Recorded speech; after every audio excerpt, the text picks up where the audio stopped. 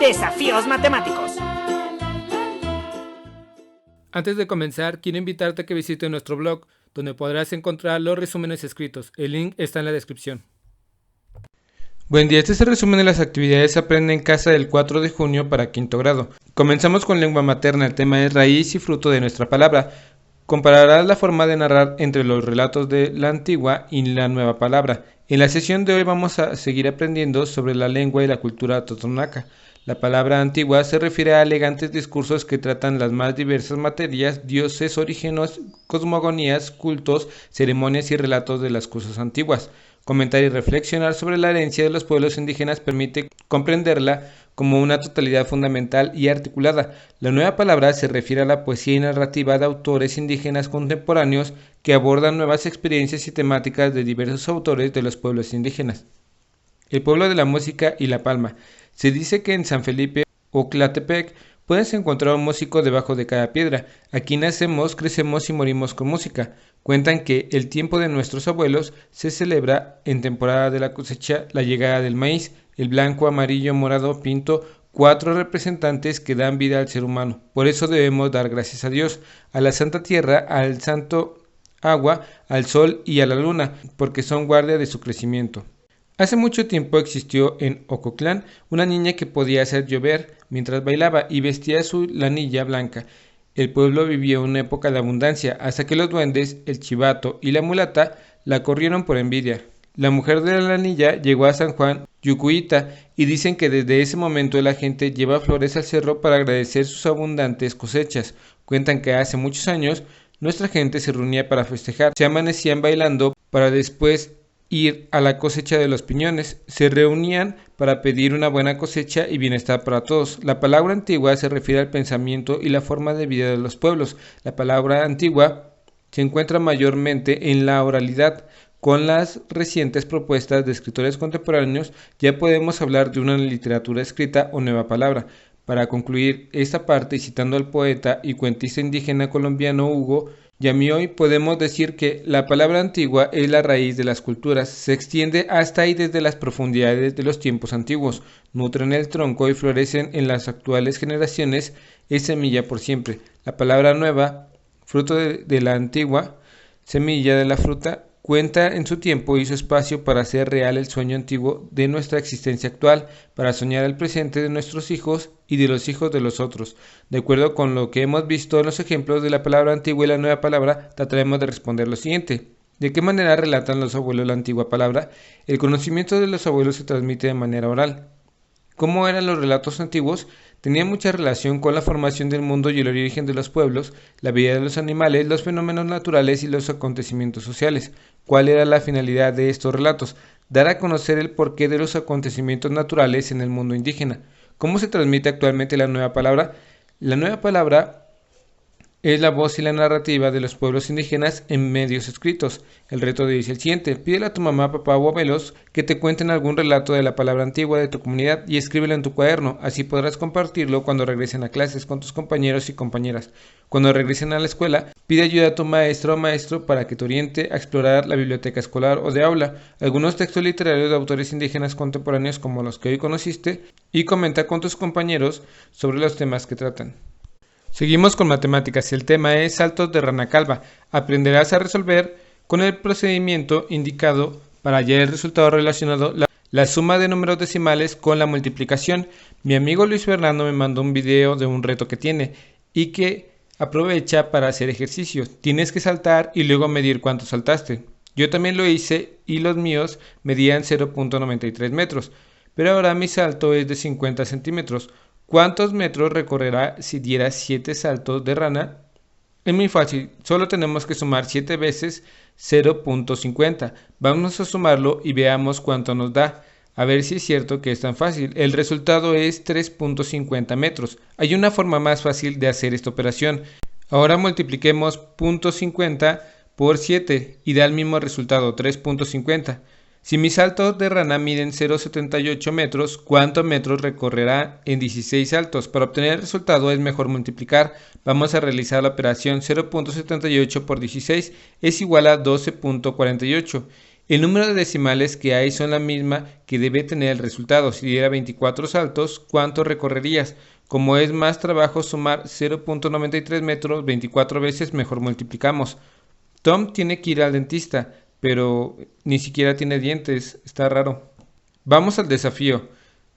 Organizados en equipo resuelvan los siguientes problemas. Una tubería tiene 7 tramos iguales de 0.75 metros. ¿Cuál es la longitud de la tubería? Podemos 0.77 por 7. El resultado es 5.25 metros. También podemos decir que son 5 metros con 25 centímetros. Esther compró 3 frascos de pegamento con 4 pesos con 80 centavos cada uno. ¿Cuánto pagó en total? 4.80 es el precio de cada frasco de pegamento por 3, que es el número de frascos que compró, nos queda 14.40. Sonia compró 5 paquetes de queso panela, con un queso de 0.375 kilogramos de cada uno, y 6 paquetes de jamón con un peso de 0.250 kilogramos cada uno. ¿Cuál es el peso total del queso y el jamón? Debes calcular el peso de los paquetes de queso y también el peso de los paquetes de jamón. Si tienes dificultades para resolver este desafío, en mi canal hay un video donde se explica el tema. Seguimos con inglés. El tema es un museo en casa.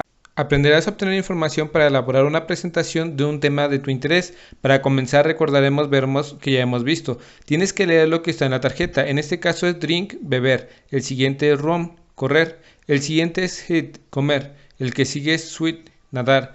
La presentadora pide ayuda al maestro ya que tiene que hacer una presentación. ¿De qué te gustaría hablar? Me gustaría de la historia de México, pero no quiero hacer solo una presentación. Aprendí mucho cuando fui al Museo de Chapultepec. También en la Ciudad de México visité Universum, un museo de ciencia y tecnología. Creo que en el Castillo de Chapultepec hay mucha información sobre distintos temas. No sé por dónde empezar. Para tu presentación te recomiendo que hagas preguntas para investigar el tema que te interesa. Así que revisemos las preguntas interrogativas. What, ¿qué? Where, ¿dónde? When, ¿cuándo? Why, ¿por qué? Who, ¿quién? ¿Puedes darme 2 ejemplos de la palabra? ¿Quién vivió en ese edificio hace muchos años? Muchos presidentes. Aquí tengo información sobre el museo. El Museo Nacional de Historia de México está localizado en el Castillo de Chapultepec. Es un edificio histórico de gran valor simbólico para las y los mexicanos. Algunos eventos importantes sucedieron ahí, incluyendo la batalla de Chapultepec durante la guerra entre México y Estados Unidos, cuando el edificio era utilizado como academia militar. El presidente Lázaro Cárdenas decidió mover la presidencia a un lugar más modesto, Los Pinos. También se encuentra en el Parque de Chapultepec y en 1944 el Castillo de Chapultepec fue inaugurado como el Museo Nacional de Historia. En el museo verás murales de muchos artistas importantes, hermosos jardines y los carruajes presidenciales. El siguiente paso es hacer tus fichas museográficas. Una ficha museográfica es un documento donde anotarás la información principal de tu visita al museo o de algunas obras de arte que hayas visitado ahí. Veamos un ejemplo. Hice mis fichas museográficas sobre la cultura maya. Los antiguos mayas vivían principalmente en Centroamérica, Guatemala, Belice, Honduras y la península de Yucatán y El Salvador. ¿Qué lengua habla la civilización maya? Esa cultura hablaba el maya yucateco. ¿Qué cultivan los mayas? El cultivo principal de los mayas era el maíz, pero también cultivaban frijol, calabaza y árboles frutales. Ya entendí que es una ficha museográfica. ¿Cuál sería el título? Yo creo que el carruaje presidencial. A Dream It Joe Be Presidential Carriage.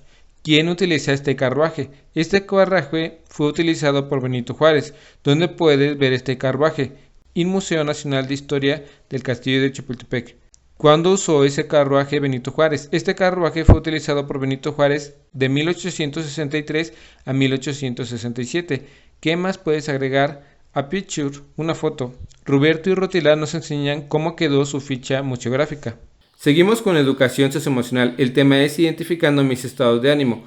Aunque los estados de ánimo parten de las emociones, surgen por una intención de diversos factores y son subjetivos. Subjetivo es una percepción, opinión o argumento que corresponde al modo de pensar propio del sujeto.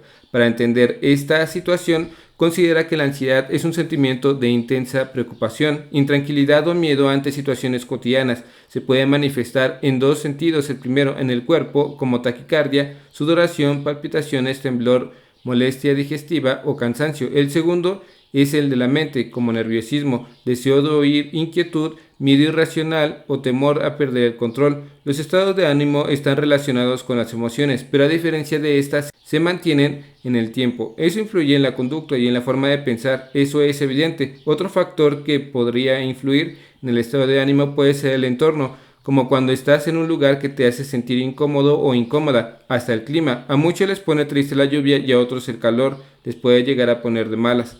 También pueden generar la sensación de desesperación o frustración las condiciones socioeconómicas limitadas, como no tener la capacidad de cubrir los gastos esenciales porque no alcanza. Ese estado de ánimo se va a reflejar en el cuerpo, como la falta de nutrición, pérdida de sueño, mala salud física, todo causado por el estrés. Aunque ya sabes que existen 6 emociones básicas, también se presentan estados de ánimo que están relacionados con las emociones. Los estados de ánimo son menos específicos, menos intensos y más duraderos a comparación de las emociones. Los estados de ánimo aparecen por diversos factores, eventos cotidianos, climas socioeconómicos y hasta la dieta. Algunas personas lo describen típicamente como agradable o desagradable, positivo o negativo, expresivo o introvertido, pero si tienes duda en la palabra introspección, en el estado en el que se presenta cuando una persona observa y analiza los propios pensamientos, estados de ánimo o sentimientos. Los estados de ánimo no favorecen ni impiden que eventos positivos sean bien percibidos, teniendo poca influencia en el bienestar general. Escribe los estados de ánimo que has experimentado durante el tiempo de pandemia. Te preguntarás, ¿por qué haces todo esto? Aparte de saber expresar los estados de ánimo y reconocerlos, también es importante saber regularlos, a fin de poderte relacionar mejor con las personas que están a tu alrededor y así tomar decisiones. Esto te ayudará a conocer mejor con el tiempo. Irás aprendiendo a manejar la ansiedad para que no la sientas tan desagradable. Si vas más allá, podrías apoyarte o ayudar a las personas que están pasando un momento complicado o que están viviendo algún estado de ánimo que no les permite seguir avanzando en su vida. Algo que puedes hacer es escucharlas y darles sugerencias para trabajar sus temores. Aplica lo aprendido para regular la ansiedad. Recuerda que puedes hacer ejercicio, salir a caminar, pero sobre todo platicar lo que sientes con las personas de tu confianza. El reto de hoy es el siguiente. Escribe los estados de ánimo que has experimentado durante el tiempo de pandemia. Espero que este video te ayude un poco. Si conoces a alguien que le pueda ayudar a este video, comparte, dale like y suscríbete. Saludos.